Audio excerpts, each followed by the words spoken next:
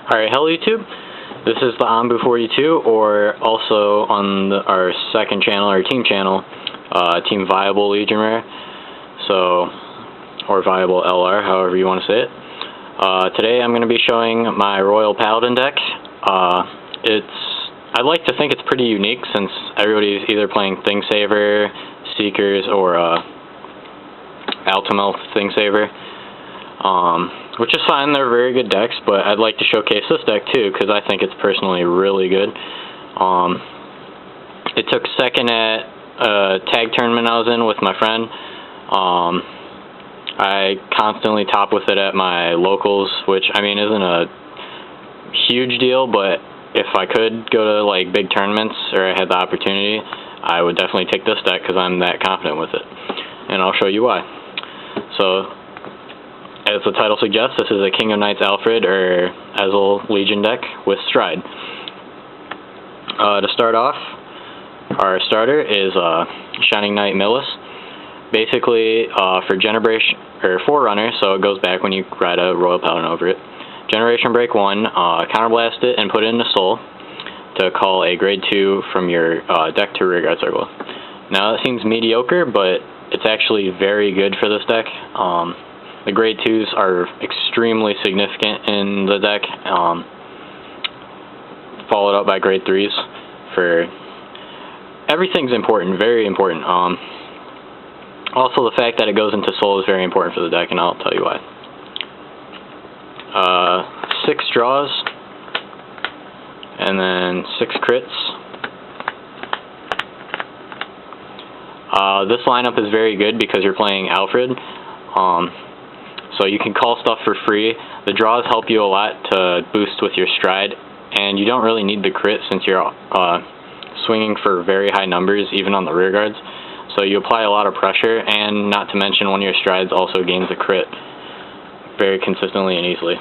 So it's not necessary.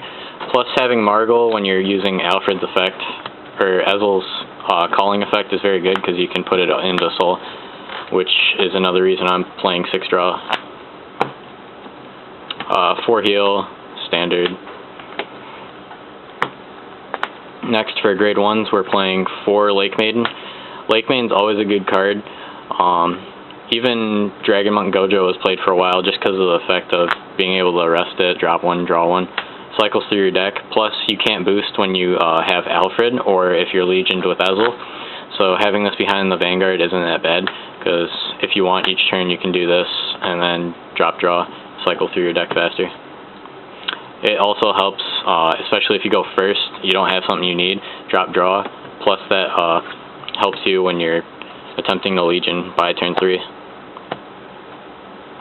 But usually by turn 3 you're going to want to stride, which is the next reason I play this. 4 of Laurel Knight Sisyphus. Basically, he's your stride booster. His second effect, or first effect, doesn't matter because we're not playing Ultimate. Because, in my opinion, I think Ultimate is a bit subpar until you hit Generation Break 2. But the stride helping is extremely good, and there's not too many options for grade 1s to play, so it's not a bad choice at all.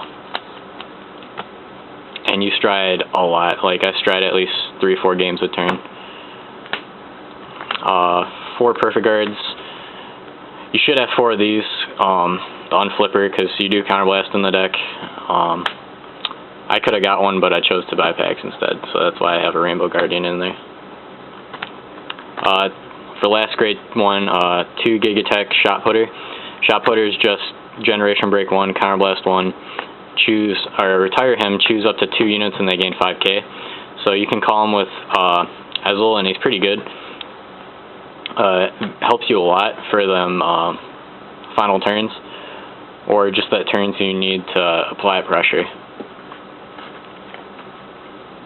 Now for grade 2s, very significant part of the deck. For Knight of Twin Sword, this card is amazing.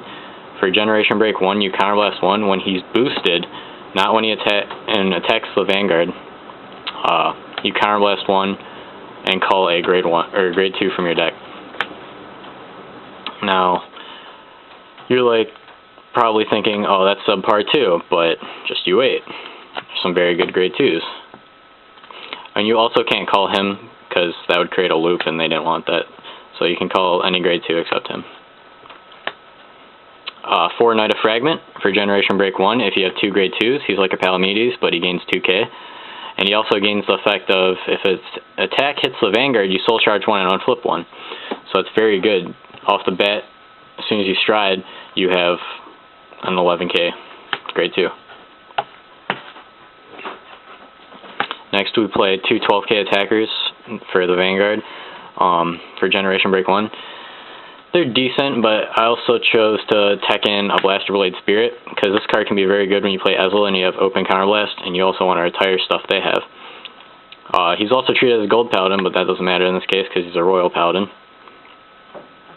Yeah, when he attacks the when he gets attacked, he retires, but usually by then you're probably going to intercept with him. It's a pretty decent choice. Next for grade 3s, we play 4 Alfred. Very nostalgic feeling, being able to play an old card like this. But he's pretty bad, in my opinion, by himself, but he's very good for stride fodder or for Ezzel. Counterblast 3 to call a grade 2 or less. That's pretty bad. Can't be boosted, and has 2k for each rearguard. So usually when you ride him, you're gonna want to try to go for the stride option. Almost all the time until you get Ezzel, or unless you're just winning by stride at that point. Next we play 4 Ezzel. He's very good. Legion for 21 with Alfred. His first effect is Soul Blast 2, ditch a copy of him or Alfred from your hand to discard, and call up to 1, grade 2, and grade 0 from your deck. So that's 3 cards, and you can choose whether or not you want to call either of the grades. So ideally, what you want to do when you call stuff like that is, depending on your field, if you already have a Knight of Twin Sword, you may want to call a Knight of Fragment. But for combo's sake here, I'm going to show what you can do. So you Legion, call that. Call something like Gigantech behind it. And then like a Margle. And you're most likely going to have this unless if you haven't used it. If you have, then you can put in Soul. And then call something like Knight of Fragment. That way, because by then you're going to have 2 cards in Soul.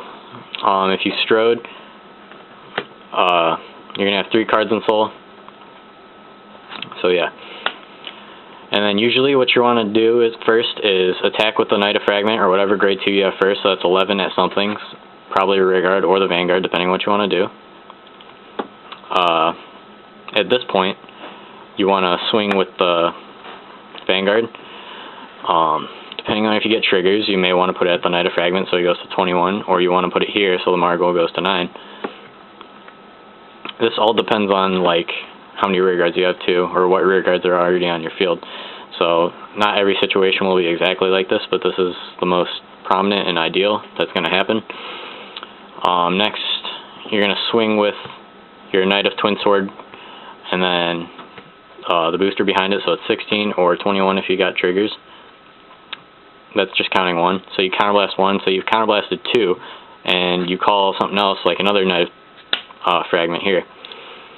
So it's going to be 15 row, and then if it hits, you soul charge 1 on flip 1.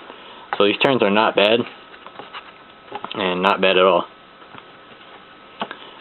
Also, the reason, if you're ever calling a trigger, always call Margle, because you can put them in Soul to boost something up to 3k, and then if you want to do Ezzel's effect again, you can just do that. But then that also leaves the other option of whether or not you want to stride. First stride we play is Miracle Element Atmos. Atmos is very good, 10k when he swings, and that puts him at 25 by himself, and then that 10k or 11k boost from when you stride. So very good. I recommend doing him as a finisher or using him as the G-Assist fodder.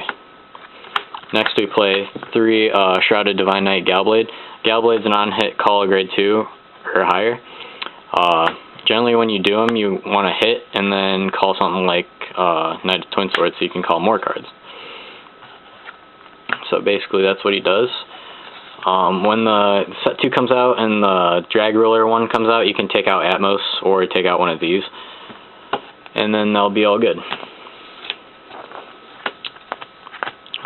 4, Holy Dragon, Saintblow Dragon. I know the name sounds repetitive, but basically you do a Persona flip, and he gains 3k for each rearguard you have, and if you have 2 or more, then he gains a crit.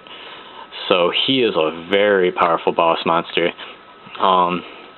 Back when I was first playing the deck, I only could strat into him, but now that I can strat into him, he applies so much pressure, and he swings for about 40k plus each turn, or each time I do him, so it would be like about twice if I'm doing the effect, because 2 of them would flip.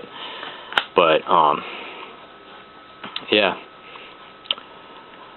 That's all I pretty much have to say about the deck.